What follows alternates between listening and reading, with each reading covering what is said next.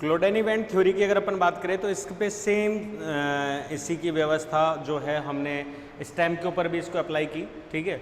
वहीं अगर अपन देखें तो स्टेम एंड रूट वाले ही डायग्राम को वापस यहाँ पे देख लेते हैं। एक हमारे पास पोजीशन जो है वो वर्टिकल है,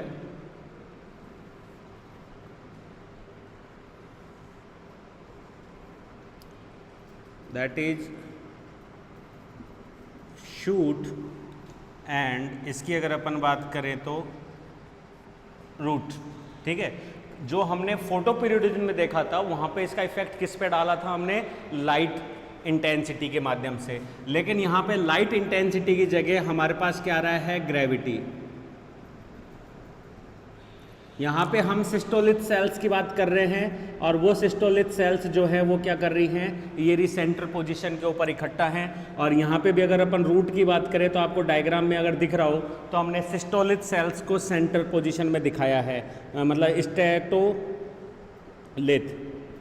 नॉट सिस्टो, दीज आर स्टेटोलिथ, और ये भी हो गया स्टेटो,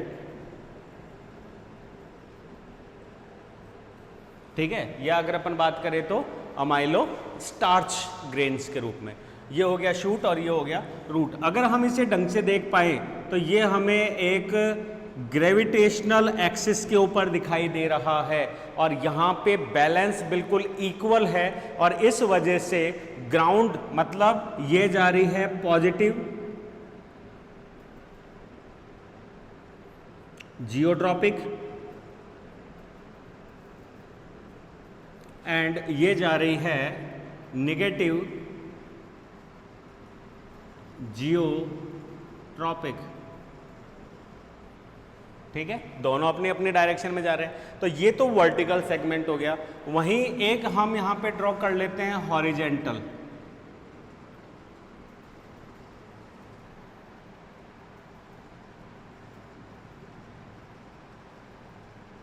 दैट इज हॉरिजेंटल सेगमेंट।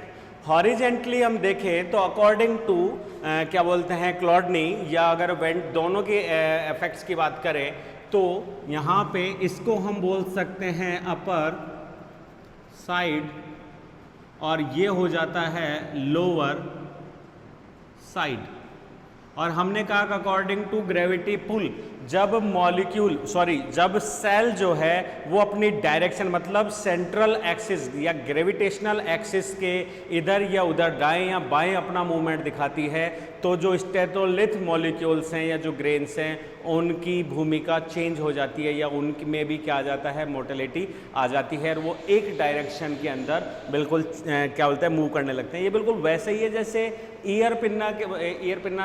अंदर अगर अपन कर्ण की अंत्य संरचना की बात करें तो उसके अंदर भी सेम ग्रेन्यूल्स जो हैं, स्टार्च ग्रेन्यूल्स, वो हमारी बॉडी के बैलेंस को काम कर रहे हैं, ठीक है। वहीं एक एग्जांपल मैंने जैसे बाइक का दिया, बाइक खड़ी है तो उस पर ग्रेविटी एंड पुल काम कर रहा है, और फाइनली क्या हो रहा है कि वो बिना पैर के सपोर्ट के अगर आप बैठोगे तो एक तरफ मूव करेगी, जिधर आपका वजन ज़्यादा होगा उस डायरेक्शन में वो झुक जाएगी। वहीं जब हम कम से कम स्पीड पे भी अगर बाइक को चलाते हैं तो वहाँ चलती हुई बाइक के ऊपर आप दोनों पैर आराम से पुल कर सकते हैं, हमें बैलेंस की ज़रूरत नहीं होती, डायरेक्ट वो चीज़ चलती रहती है। तो ये सारी की सारी चीज़ जो है वो मूवमेंट्स के अकॉर्डिंग। तो यहाँ पे जो स्टेटोलिथ थे उनकी पोजीशन कहाँ आ गई, डाउन साइड, उनकी पोजीशन कहाँ आ गई है, डाउन साइड।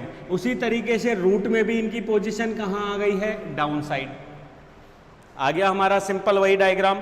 अब डाउन साइड आने की वजह से यहाँ पे हमने क्या कहा कि जो रिएक्शन है परसेप्शन का, उसकी वजह से यहाँ पे क्या हो रहा है, यहाँ हम लिख देते हैं that is high concentration of oxygen, और यहाँ क्या हो गया, लो कंसंट्रेशन ऑफ ऑक्सीजन, क्योंकि ऑक्सीजन का संश्लेषण भी वहीं जा रहा है जहाँ पे अमाइलो स्टार्च का डिपोजिशन ज़्यादा हो रहा है। क्लियर है। सेम यही चीज़ रूट में भी हो गई, दैट इज रूट, ये हो गया शूट। क्लियर है। अब जो रूट एंड शूट की हम बात करें तो वही सेम स्टेटोलिथ होने के कारण ऊपर की तरफ जो अपर साइड है वहां पे ऑक्सीजन की सांद्रता क्या है, लो,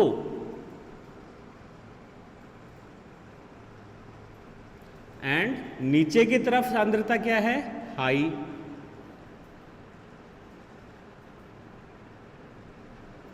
हाई कंसंट्रेशन ऑफ ऑक्सीजन और उधर की तरफ हो गया low concentration of oxygen. Clear? तो बाय ग्रेविटेशनल पुल दोनों के ऊपर होने वाले रिएक्शन। तो यहां पे हो क्या रहा है कि ऑक्सीजन की हाई सांद्रता इनटू द शूट बन रहा है रूट में, ट्रांसफर हो रहा है शूट में, इफेक्ट कर रहा है किसमें, शूट में। तो यहाँ पे लाइट फोटोन्स की हम कोई बात नहीं कर रहे, ये फोटोट्रॉपिज्म में हमने बात की थी कि लाइट से ये इम्पल्स होते हैं कि नहीं होते। यहाँ पे ग्रेविटेशनल है, तो यहाँ पे ऑक्सीजन की उच्च सांद्रता लोअर साइड को इलोंगेट होने को प्रेरित करती है, और इस लोअर साइड के प्रेरित होने के कारण, इस लोअर साइड के प्रेरित होने के कारण इसमें ज़्यादा ग्रोथ के फलस्वरूप ये धीरे धीरे कर्व के रूप ले लेता है और ये धीरे धीरे क्या होता है, बैंड होने लगता है। जबकि अपर साइड जो थी, low concentration of oxygen, low concentration of oxygen, और यहां पे कंसंट्रेशन क्या थी, हाई।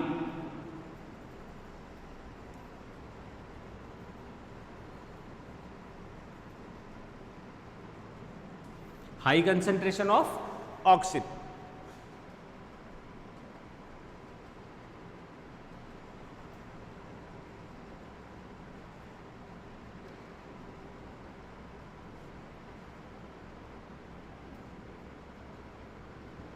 ठीक है, तो शूट के अंदर ये क्या डेवलप हुआ, दैट इज कर्व, कर्व का इंपल्स, और ये ऊपर की ओर जा रहा है, तो that causes negative geotropism, that causes negative geotropism. वहीं रूट्स के अंदर क्या हुआ कि जहां पे हाई सांद्रता थी किसकी, ऑक्सीजन की, उसने सेल इलोंगेशन को क्या कर दिया, इनहिबिट, तो वहां पे ग्रोथ नहीं हुई। और जहां पे लेस कंसंट्रेशन ऑफ ऑक्सीजन, वहां पे क्या बोलते हैं, ग्रोथ ज़्यादा हुई, जिसकी वजह से यहाँ पे क्या डेवलप हुआ, कर्व। ठीक है, और इस कर्व के कारण that is low concentration of oxygen, ये हो गया हाई कंसंट्रेशन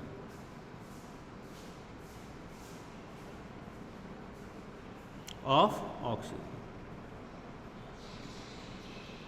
ठीक है, और यहां पे क्या कॉज हो गया, कर्व, और इसी कर्व के कारण यहां पे क्या हुआ, पॉजिटिव जियोट्रॉपिज्म।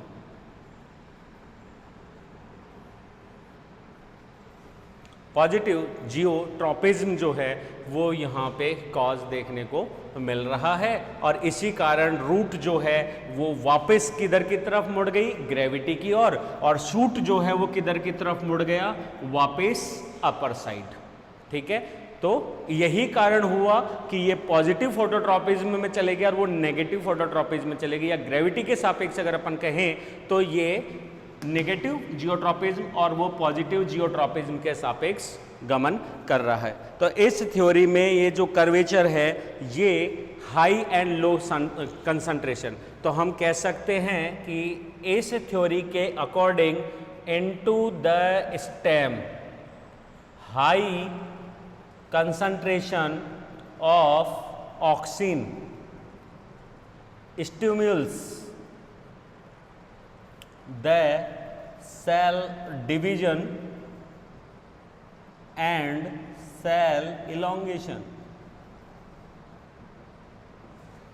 ये आ रहा है रिजल्ट हमारे सामने। ठीक है, वहीं अगर अपन बात करें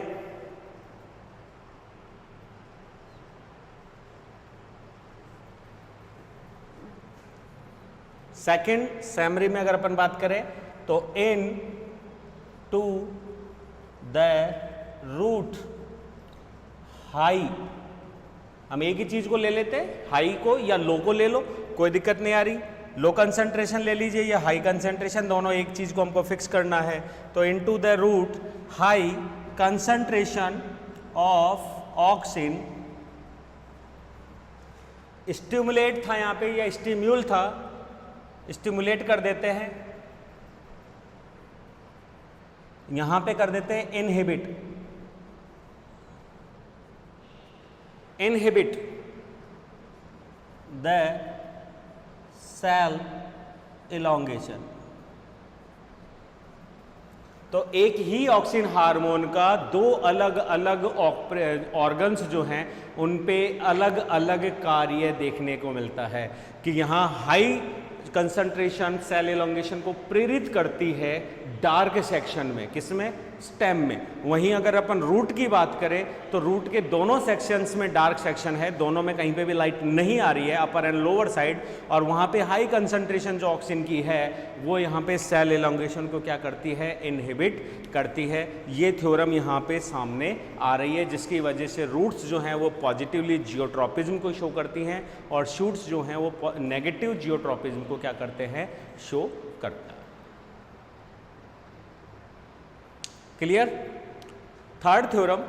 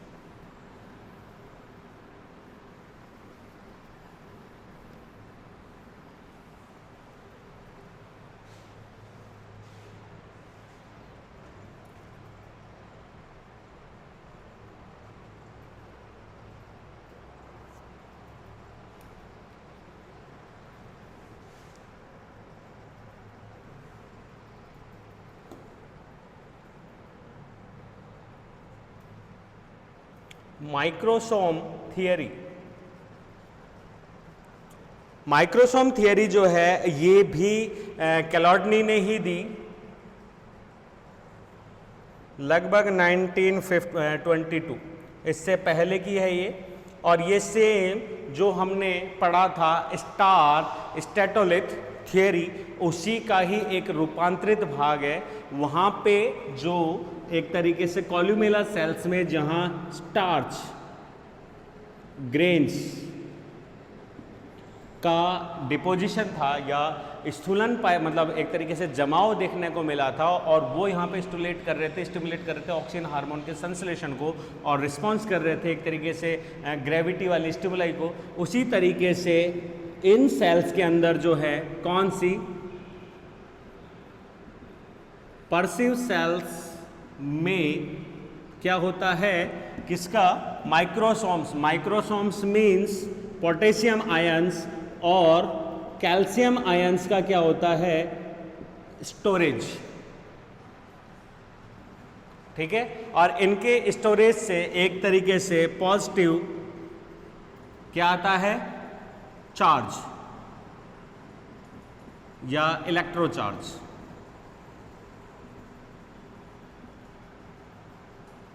डेवलप होते हैं, और ये जो पॉजिटिव इलेक्ट्रोचार्जेज हैं कैन चेंज और stimulate the permeability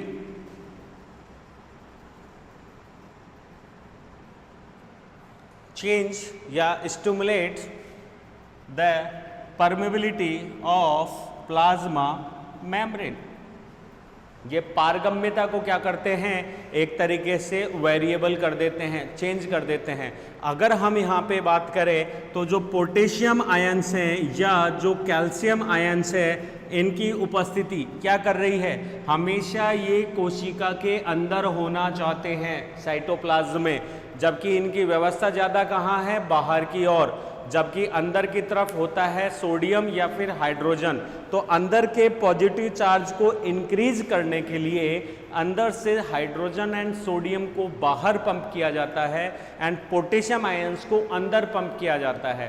potassium ions के अंदर की तरफ पंप होने से या स्टोरेज से परमिबिलिटी बढ़ती है एंड जो pH मान है वो क्या हो जाता है, इंक्रीज। और वो आ जाता है लगभग 7.2 के आसपास, ठीक है। और 7.2 में परमिबिलिटी बढ़ रही है, दे कैन एबल या एक तरीके से परमिएबल फॉर ऑक्सिन हार्मोन।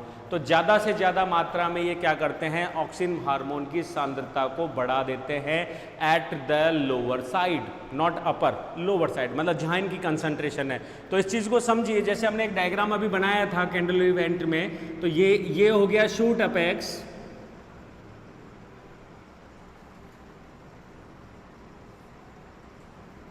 ये हो गया शूट अपेक्स। तो एक्चुअली में जब ये कोई चीज़ हॉरिजेंटली है, क्षैतिज रूप से हमारे सामने है, तो सीधी सी बात है कोई भी चीज़ ऊपर जाने की जगह अकॉर्डिंग टू ग्रेविटेशनल पुल नीचे की तरफ ही तो इकट्ठी होगी, ठीक है। तो ये हमेशा इनका एकत्रीकरण कहाँ हो जाता है, एट लोअर साइड, ठीक है, लोअर।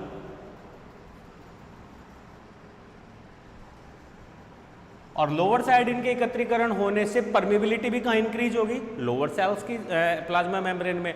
और लोअर सेल्स के प्लाज्मा मेम्ब्रेन का इलेक्ट्रोस्टैटिक चार्ज बढ़ेगा, इलेक्ट्रोस्टैटिक चार्ज बढ़ेगा तो परमिबिलिटी बढ़ेगी, एंड परमिबिलिटी जो है ट्रांसफर करेगी या परमिबल करेगी किसको, ऑक्सिन हार्मोन की सांद्रता को।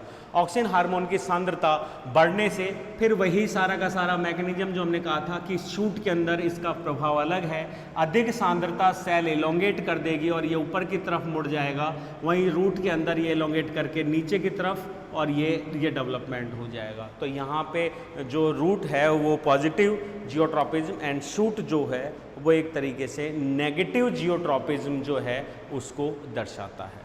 तो ये हमारा यहाँ पे पॉइंट बनता है।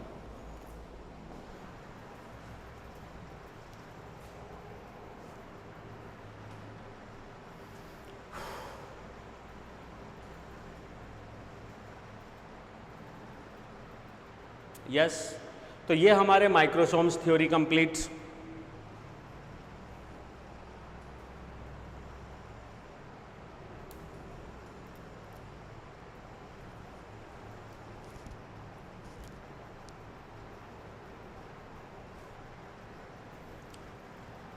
तो हम इसको एक और वर्ड कहें तो ये जो माइक्रोसोम्स हैं, like potassium and calcium are causes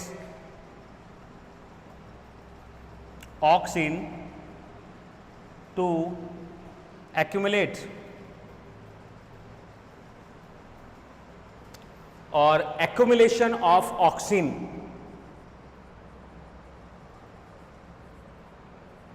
accumulation का मतलब एकत्रीकरण, एक जगह इकट्ठा होना। तो accumulation of auxin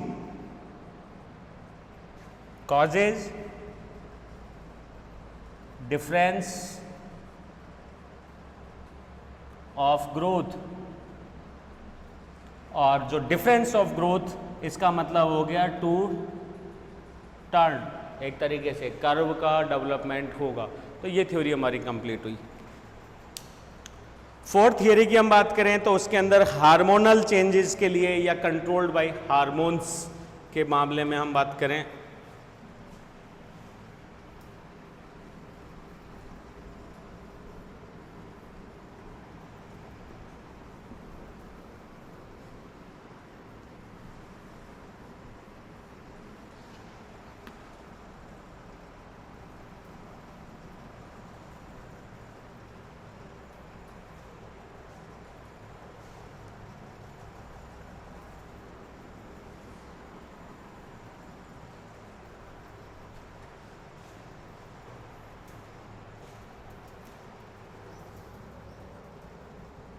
bye hormonal control.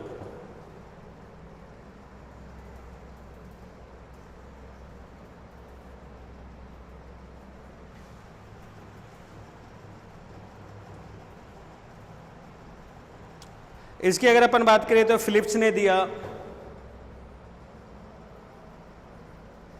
1972, और उन्होंने इस वक्रण पे या डिफरेंस ऑफ ग्रोथ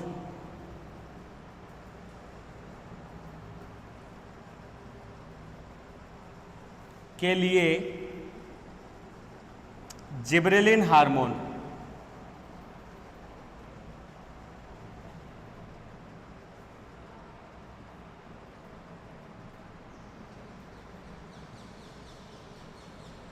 को रिस्पॉन्सिबल माना। ठीक है, जिब्रेलिन की अगर अपन बात करें तो जिब्रेलिन हार्मोन किसी हद तक सेल इलॉन्गेशन को प्रेरित करता है। जिब्रेलिन हार्मोन जो है that is also known as GA, ZIBBERALIN। Gibberellin hormone जो है वो सेल इलॉन्गेशन को प्रेरित करता है, किसी हद तक हम इस थ्योरी को मानते हैं। तो उसके अनुसार ये जो कर्वेचर्स आ रहे हैं उसके लिए फिलिप्स ने जिब्रेलिन हार्मोन थ्योरी प्रस्तुत की, जिसके तहत रूट्स के अंदर जो डेवलप कर्वेचर है वो जिब्रेलिन हार्मोन द्वारा क्या हो रहा है, प्रेक्षित हो रहा है। ठीक है, वहीं हमने कुछ मात्रा जो है वो किसके द्वारा कंट्रोल मान ली, क्योंकि सारी थ्योरीज किसकी तरफ डायरेक्शन कर रही है, कंट्रोल बाय ऑक्सिन IAA, जिसको प्रैक्टिकल्स द्वारा प्रमाणित भी किया जा चुका है। ऑक्सिन की पारगम्यता के ऊपर भी प्रैक्टिकल्स हो चुके हैं, और ऑक्सिन की सांद्रता जो है सेल इलॉन्गेशन और सेल डिवीजन को इंक्रीज कर रही है। हालांकि ये सेल इलॉन्गेशन को इनहिबिट करती है, सेल डिवीजन को इंक्रीज करती है। जिब्रेलिन जो है सेल डिवीजन नहीं शो करती, सेल इलॉन्गेशन को इंक्रीज करती है। लेकिन इनकी व्यवस्था भी अलग अलग तरीके की देखी गई है रूट में और शूट में। ऑक्सिन जो है स्टेम में इलॉन्गेशन को इंक्रीज कर रहा है, और जिब्रेलिन जो है वो रूट्स में इंक्रीज कर रहा है। अब यहाँ पे जो कर्व बन रहा है स्ट्रेट दो साइड्स में, अपर एंड लोअर साइड में, तो यहाँ हमने कहा कि दो थ्योरीज को हम यूज में ले सकते हैं। जो कर्व बनता है उसमें, एक जब यहाँ पे दोनों में सेम ग्रोथ हो रही थी तो ये एक यूनिडायरेक्शनल डायरेक्शन में दोनों पैरेलली ग्रोथ कर रहे थे, और यहाँ पे व्यवस्था कैसी थी, इरेक्ट, कहीं कोई दिक्कत नहीं है, चाहे हॉरिजेंटल है चाहे वर्टिकल है। लेकिन यहाँ पे डिफरेंस, ग्रोथ में डिफरेंस होते ही हमको क्या देखने को मिल गया, कर्व। तो एक्चुअली में हुआ क्या, हमको ये सापेक्ष दिख रहा है कि इसने इस दूरी, अगर हम इसको एक त्रिज्या के रूप में देखें तो इसने यहाँ से यहाँ तक सेम दूरी तय करी है, जबकि इसने यहाँ से यहाँ तक इससे लगभग डबल दूरी तय करी है। इसका मतलब इस जोन की सेल्स जो हैं उन्होंने ज़्यादा इलॉन्गेशन और डिवीजन शो किया, जबकि लोअर साइड की जो सेल्स है उन्होंने कम डिवीजन या कम जो है इलॉन्गेशन शो किया। और अगर हम उसी के बीच की सेल्स की बात करें एक्चुअली में, तो उनमें कोई प्रभाव नहीं पड़ा है। उनमें रनिंग या जो ग्रोथ है, डिवीजन है, वो पूरी तरीके से क्या है, सेम। वो चाहे स्ट्रेट हो चाहे कर्व में हो, कोई फर्क उनके नहीं पड़ रहा, सेम वेलोसिटी से वो ग्रोथ और एलोंगेशन कर रही है। तो इसका मतलब पहला तो ये हो गया कि ये जो असर है ये अपर एंड लोअर सरफेस पे पड़ रहा है, मिडिल रीजन के ऊपर इनका कोई प्रभाव नहीं पड़ रहा, एक चीज़। दूसरा, अगर अपन यहाँ पे कहें तो यहाँ पे क्या हो रहा है कि दो थ्योरम्स यूज में ले सकते हो। अपर साइड में ग्रोथ बढ़ गई थी और लोअर साइड में जो है वो ग्रोथ नहीं बढ़ी थी, इस वजह से ये डिफरेंस कॉज हुआ, एक लाइन।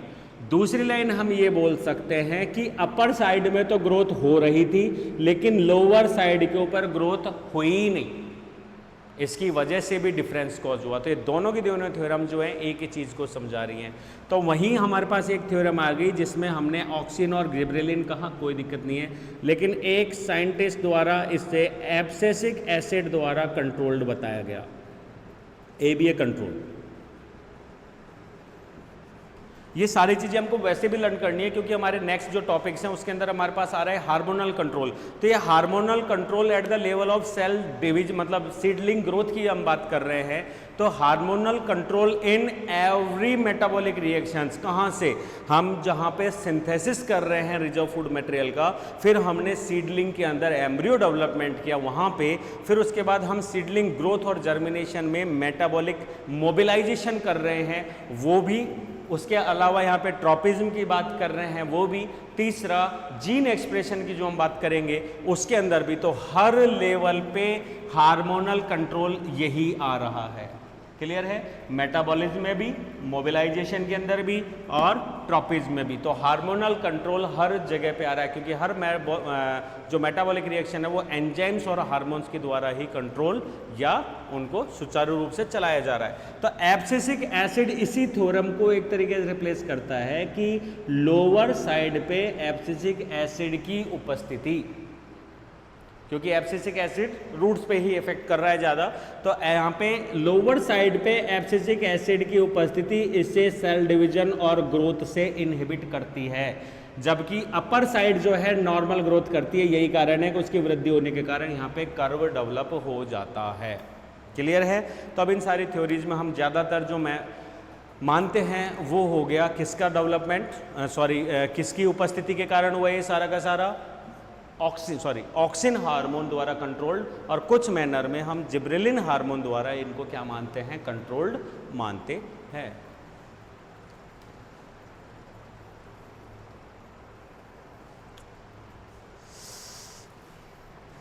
अब इसी से रिलेटेड एक क्लेनोस्टेट का भी और डायग्राम से समझा देते हैं। What is klinostat? ये एक सिंपल मैकेनिज्म है, या अगर अपन मशीनरी की बात करें, जो कि जियोट्रॉपिज्म या ग्रेविटेशनल जो पुल है उसके एक तरीके से महत्व को या उसके गुण को ही क्या कर देता है, समाप्त कर देता है। इसको अगर अपन सिंपल वे में समझें तो ये एक रोटेटरी मैकेनिज्म है।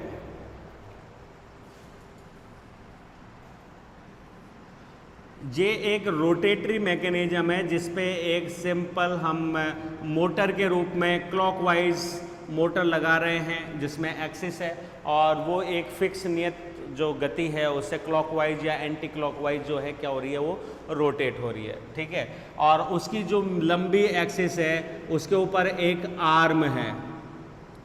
ठीक है, और ये हमने इसको सपोर्ट के रूप में स्टैंड पे लगा दिया। यहाँ पे भी ये किस पे फिक्स्ड है, स्टैंड के ऊपर। ठीक है, और इस आर्म पे हमने क्या किया, एक जीवित प्लांट के साथ में एक गमला जो है वो इस आर्म पे क्या कर दिया, फिक्स।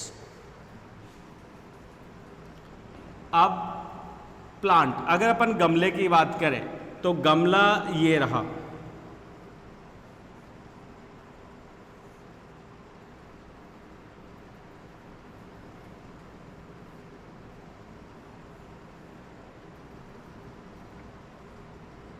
ठीक है।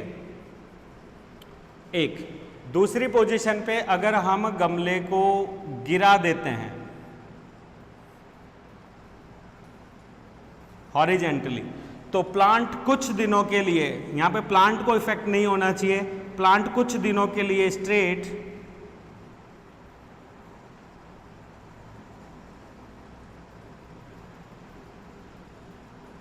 ठीक है, वही हमारा हॉरिजेंटल वाला मूवमेंट, लेकिन कुछ दिनों के बाद इसमें वही कर्वेचर और कर्व के फलस्वरूप ये वापस क्या हो जाएगा, नेगेटिव जियोट्रॉपिज्म।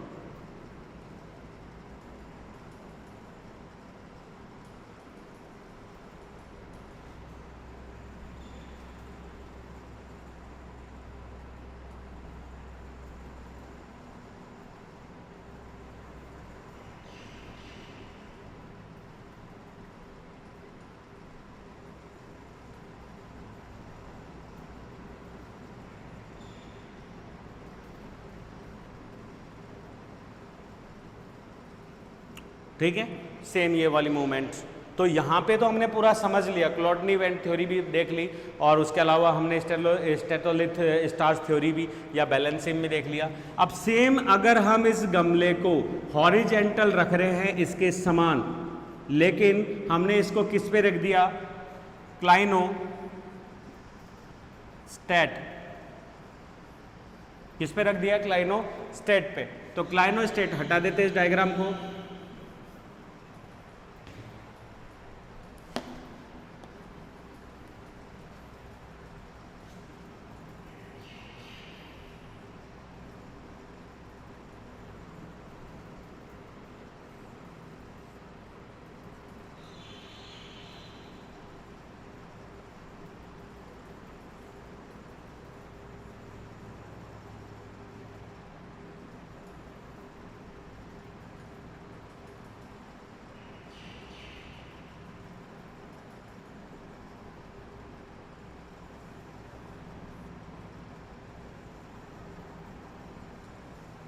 ठीक है।